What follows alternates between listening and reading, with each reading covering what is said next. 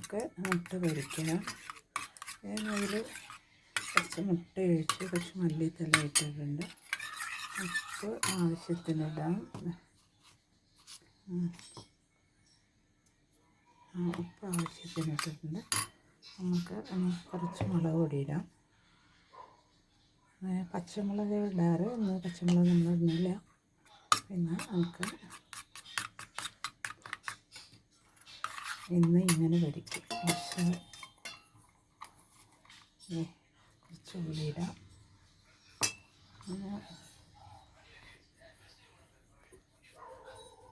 കുറച്ചുകൂടി വേണമെങ്കിൽ നമുക്ക് ഉള്ളി ഇടാം. അത് നമ്മൾ സവാള അരിഞ്ഞ് വെച്ചത്. അപ്പോൾ നമുക്ക് ആവശ്യത്തിന് ഉപ്പിട്ട്, ഇനി നമ്മൾ പച്ചമുളകാണ് ഇടാറ്, എന്നാൽ നമ്മൾ മുളക് പൊടി ഇട്ടു. പിന്നെ ഉപ്പിട്ടിട്ടുണ്ട്, മുളക് പൊടി ഇട്ടു, മല്ലിയില ഇട്ടു. നമ്മുടെ എണ്ണപ്പാത്രം ഇങ്ങനെ ചൂടായി പോഞ്ഞുകൊണ്ടിരിക്കണേ.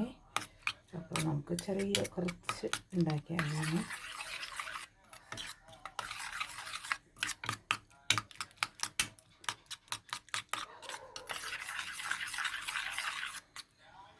ചെറിയൊരു പാത്രം എടുത്തുള്ളൂ. പാത്രം ഒന്നും നോക്കിയില്ലേ, ഭംഗിയൊന്നും ഒന്ന് എടുത്ത്. ചിലപ്പോൾ അങ്ങനെയാണ്, പാത്രങ്ങളില്ലാത്ത പോലെ എന്തെങ്കിലും എടുക്കും.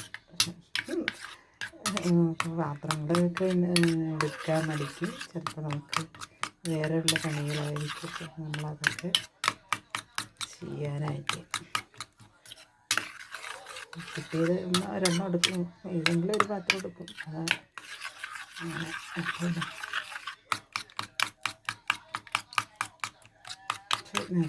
അടിച്ചു കൊടുത്ത്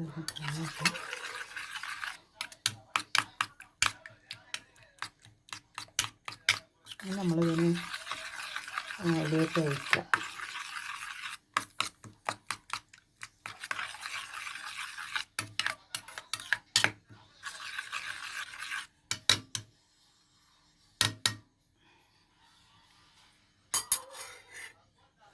നമ്മുടെ ചട്ടി പൊതിഞ്ഞ് നല്ലൊരു കറിവേപ്പില കിടക്കുന്നത് സാരമില്ല, അത് കിടന്നോട്ടെ, കുഴപ്പമില്ല.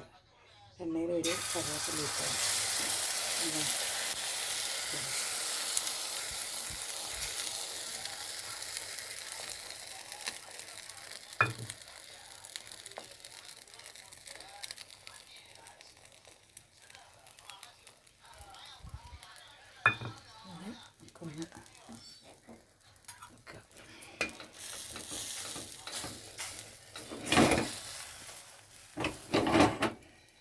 ചെറിയ സ്റ്റാൻഡ് ഉണ്ടായിരുന്നു. നമുക്ക് ചെറിയ പാത്രങ്ങൾ വയ്ക്കുമ്പോൾ ഒരു സ്റ്റാൻഡൊക്കെ ഉണ്ടായിരുന്നു. പക്ഷെ ഒന്നുമില്ല. അതൊക്കെ നമ്മുടെ വീട്ടിലെങ്ങനെയാണ്, ഒന്നും കിട്ടില്ല നമ്മുടെ സാധനങ്ങളൊക്കെ. അപ്പം നമ്മൾ സ്റ്റാൻഡ് ഉണ്ടെങ്കിൽ സുഖമാണ്. നമുക്ക് ചെറിയ സ്റ്റാൻഡ് ഉണ്ടായിരുന്നു. ചെറിയ പാത്രങ്ങളൊക്കെ കുഞ്ഞിതുണ്ടെങ്കിൽ നമുക്ക് വയ്ക്കുമ്പം നമുക്കങ്ങനെ വയ്ക്കായിരുന്നു. അതില്ല. അപ്പോൾ ഞാൻ ഇങ്ങനെ കുഞ്ഞത് ചെറിയ കുറച്ച് മതി. ഇപ്പം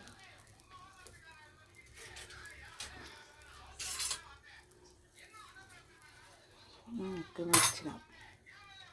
ഞാനിങ്ങനെ നമ്മൾ മുട്ടക്കറി വയ്ക്കാറുണ്ട്. ഇങ്ങനെ പൊരിച്ചൊരു മുട്ടക്കറി ഉണ്ട് നമ്മുടെ. അപ്പോൾ മുട്ട ഓംപ്ലേറ്റ് ഉണ്ടാക്കി കഷ്ണമാക്കിയിട്ട്